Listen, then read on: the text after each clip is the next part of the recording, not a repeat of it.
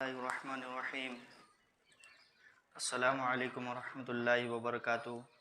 سچا اسلام چینل پہ آپ سبھی حضرات کا سواگت ہے، خیر مقدم ہے۔ امید ہے کہ آپ سبھی حضرات خیریت سے ہوں گے۔ آج میں آپ سب کے سامنے بہت ہی زبردست واقعہ لے کر کے حاضر ہوا ہوں، اور سچا واقعہ سچا اسلام میں۔ اسلام کے ویسے تو تمام واقعات بےحد اچھے ہیں اور بہت دل کو خوش کرنے والے واقعات ہیں۔ اسی میں سے ایک واقعہ یہ آپ لوگوں کی خدمت میں حاضر ہوں لے کر۔ آپ لوگ پورے واقعہ کو ضرور سنیں، اور انسان کے لیے ہر واقعہ عبرت کے لیے ہوتا ہے، عمل کے لیے ہوتا ہے۔ تو ہمیں صرف واقعہ سننا نہیں ہے بلکہ اس پر عمل کرنا ہے، اس سے عبرت حاصل کرنا ہے۔ واقعہ کیا ہے کہ ایک صحابی، حیات الصحابہ میں لکھا ہے کہ ایک صحابی کو کسی کافر نے، مشرکین نے قید کر رکھا تھا۔ قید کیسے کر رکھا تھا؟ ایک تانت ہوتا ہے، جیسے ایک پلاسٹک کی رسی ہوتی ہے، اور ایک ناریل کی رسی ہوتی ہے کھوپڑے کی، اور طرح طرح کی رسیاں ہوتی ہیں، اور ایک ہوتا ہے پلاسٹک کی رسی جس کو تانت کہتے ہیں۔ وہ تانت ایسا ہوتا ہے کہ اس کو کاٹنے سے نہیں کٹتا، بلکہ اس کے لیے آپ نہیں، کاٹنے سے تو کٹ جاتا ہے لیکن ٹوٹتا نہیں ہے، اتنا مضبوط ہوتا ہے وہ۔ اور اس سے اس صحابی کو تانت سے باندھ رکھا تھا منافق نے، مشرکین نے۔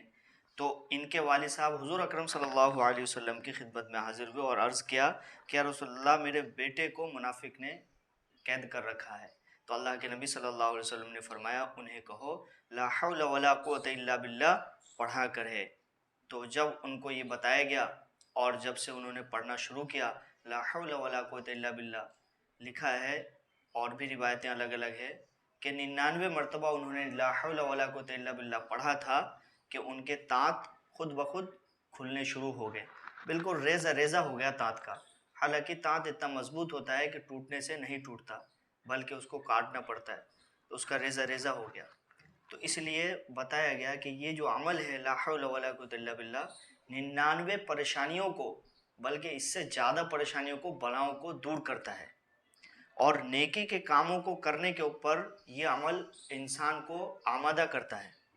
اس لیے کہ اگر کسی کی نماز فوت ہو رہی ہو یا ذکر و تلاوت میں سستی ہو رہی ہو، خاص طور سے خصوصاً اس عمل کو وہ ضرور کریں، لا حول ولا قوت الا باللہ۔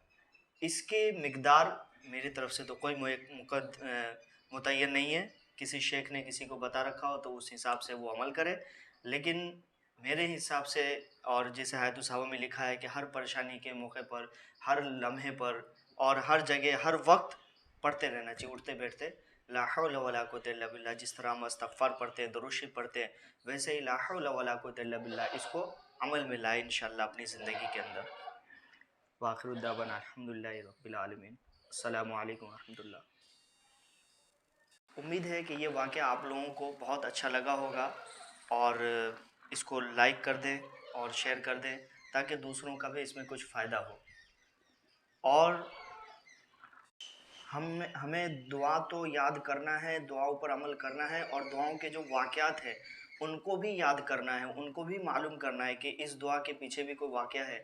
جیسا کہ ابو دردہ رضی اللہ عنہ کے زمانے میں ان کا ایک واقعہ ہے، بہت مشہور واقعہ ہے، ان کی ایک دعا بھی ہے، اللہم انت ربی لا الہ الا انت علیک توکلت وانت رب العرش الکریم، ایسے کر کے پوری دعا ہے۔ تو انشاءاللہ کسی دن ابو دردہ رضی اللہ عنہ کی بھی یہ دعا لے کر کے حاضر ہوئیں گے، یہ واقعہ۔ تو دعاؤں کے متعلق جو واقعات ہیں ان کو اگر ہم یاد کرتے ہیں تو ہمارا شوق اور ذوق اور زیادہ بڑھ جاتا ہے، دعاؤں کو اہتمام ہو جاتا ہے۔ اس لیے آپ لوگ انشاءاللہ اس پر عمل کریں گے۔